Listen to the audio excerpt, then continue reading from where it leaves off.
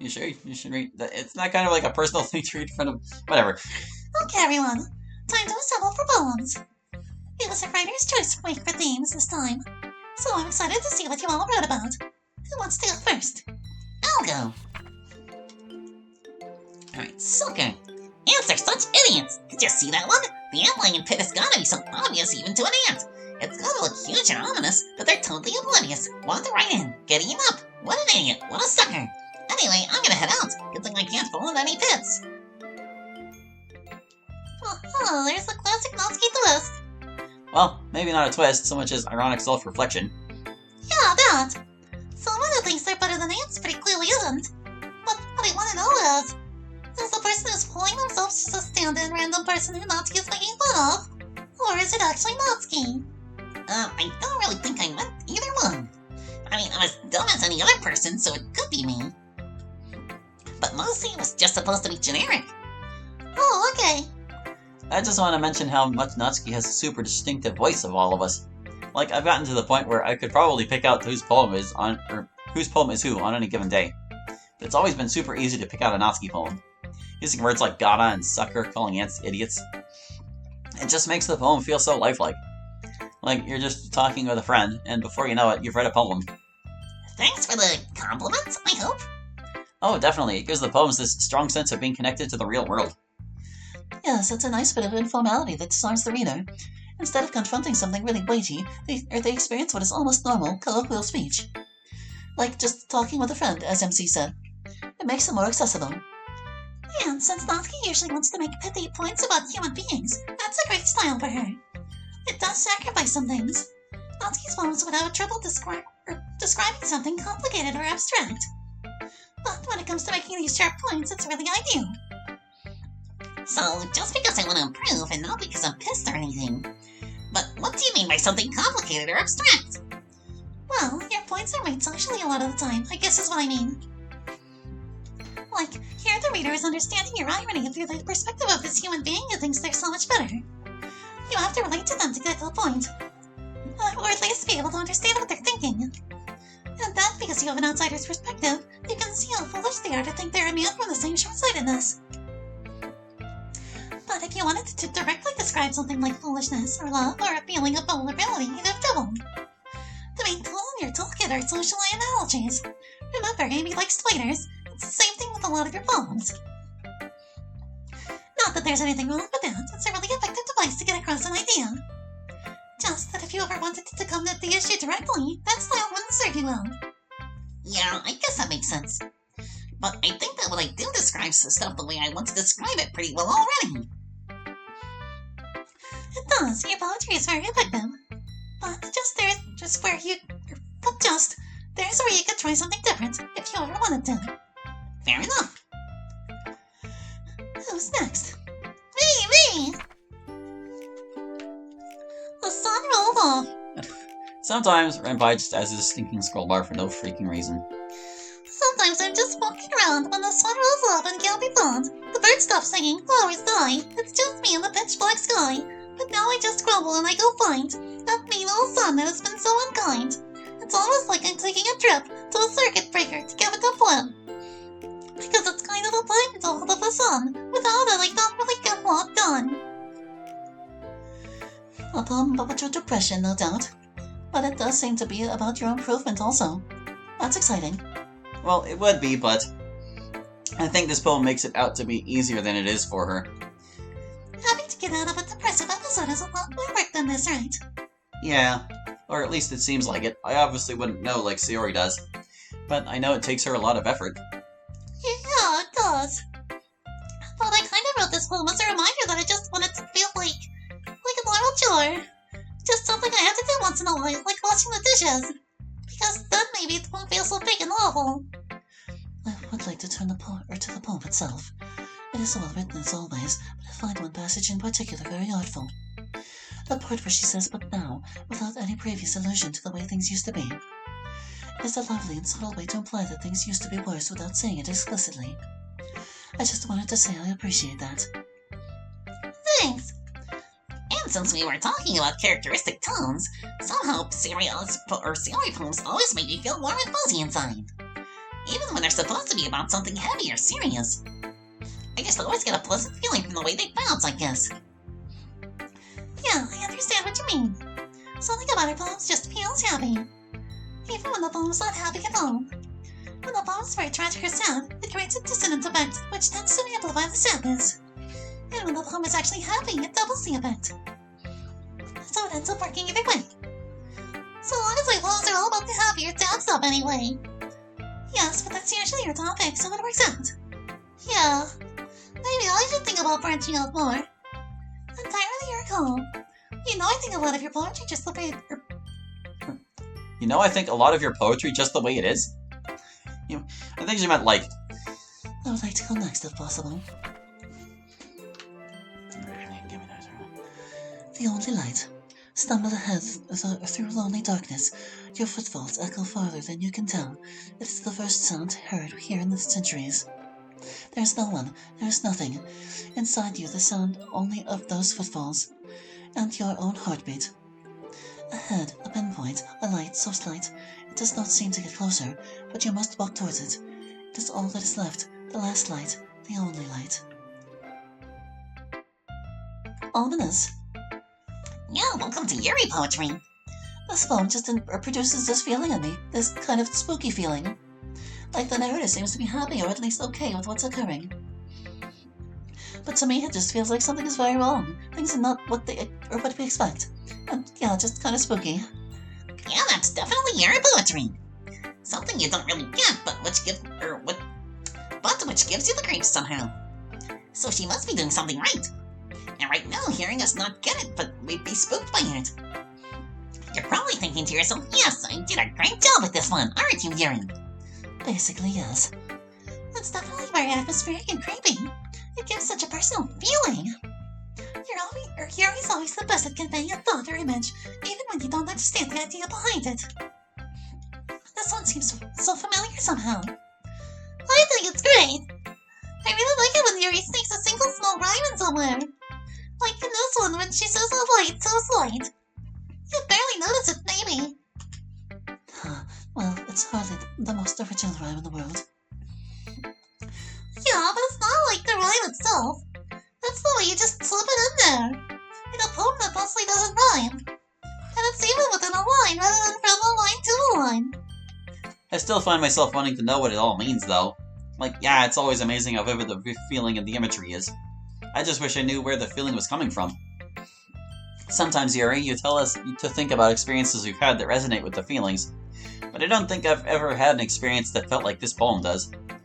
I'm surprised, but perhaps you will one day. Shall we to the next one? Sure, I'll go. Where'd you go? I thought maybe I'd call and catch up sometime, or meet you for lunch somewhere quiet and nice, but we just met on the street and say hi real quick.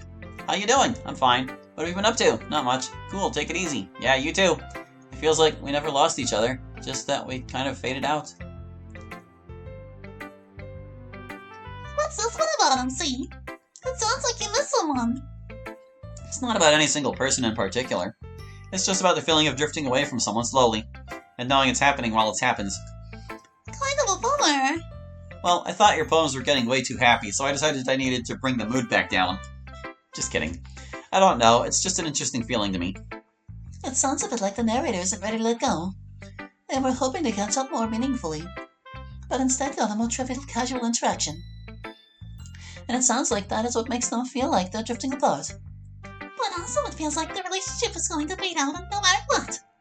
The narrator said he thought maybe he'd call, but then he never actually does. So either it's his choice that this is happening, or he thinks it's inevitable. Or both. I don't know. It makes sense to me, even if it's his choice. Like, you can still feel bad about drifting apart, even if you're not motivated to stop it. Or know that drifting apart is just gonna happen and it's not worth freaking out about. That's how I feel about it anyway. The directly transcribed conversation was very literal, but very poignant. By highlighting it in the way he did, M secretly drew attention to how much is hiding behind many such banal interactions. The complexity of people's feelings, their lingering regrets, the inevitability of change. Much lingers behind the ordinary. Yes, I definitely meant all that. You did mean all that. It's just you put it a different way. Looks like I'm closing for us today. Blades of grass. I once delayed in a field of grass and dandelions. When you're walking, you barely notice the grass. It all seems the same, stretching on and on around you. A patch of clover here, a bare spot of dirt there. But otherwise, grass is mostly all the same. And then you lay down, you get close. And then you see how different grass is from grass. Tall, short, sharp, thick. This one is loved by insects. These two curl around each other. That one is a deeper shade of green than the others. Such magnificent, minute precision. Such bewildering, varying differences in characters. And all for what? Oh, that's lovely. A nice little nature poem. Very different than what I'd expect from you, I think.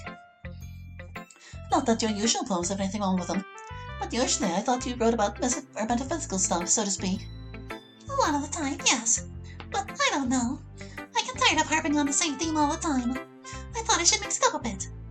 Stop fretting about everything and just think about life out in the world, or the real world. Or, so to speak, I mean this world. I think that's a cool topic. It still is a little thought-provoking at the end, though. When it says "and all for what," does it need a reason? I feel like there should be a reason. I understand what Monica feels. There is such complexity and such marvelous detail. It all feels like it should be for some purpose. I wonder if, with that last line, Monica is wondering about why there's so much lovely detail in the world or in this game. I guess I didn't really consider that. I try not to think about the difference much. I also really like the last line. Kinda reminds me of my own stuff a little. All this description of this cool scene. And then in a single line it's like, yeah, why is there all this? What's the point? I dig it. You got Natsuki's highest poetry compliment, Monica. I guess I did. It was nice to hear you write about something so relaxing. And, normal, I guess. I really liked it a lot. Thank you, Sayori. Time to set up for emails. Yeah, I guess it's about that time. I guess you should assign a poem topic for next week while Sayori sits up. Let's make next week all poems about an intangible feeling of some kind. So, not particularly changed for me. Yes, you'll probably do well, Yuri. It looks like Sayori's almost ready for us with the emails. In the unlikely event you didn't already know, we answer emails through your world during our meetings. Feel free to send me an email at that place. And chances are pretty good that we'll answer it live during a meeting. About ready, Sayori? Almost! You've gotten a lot faster at it.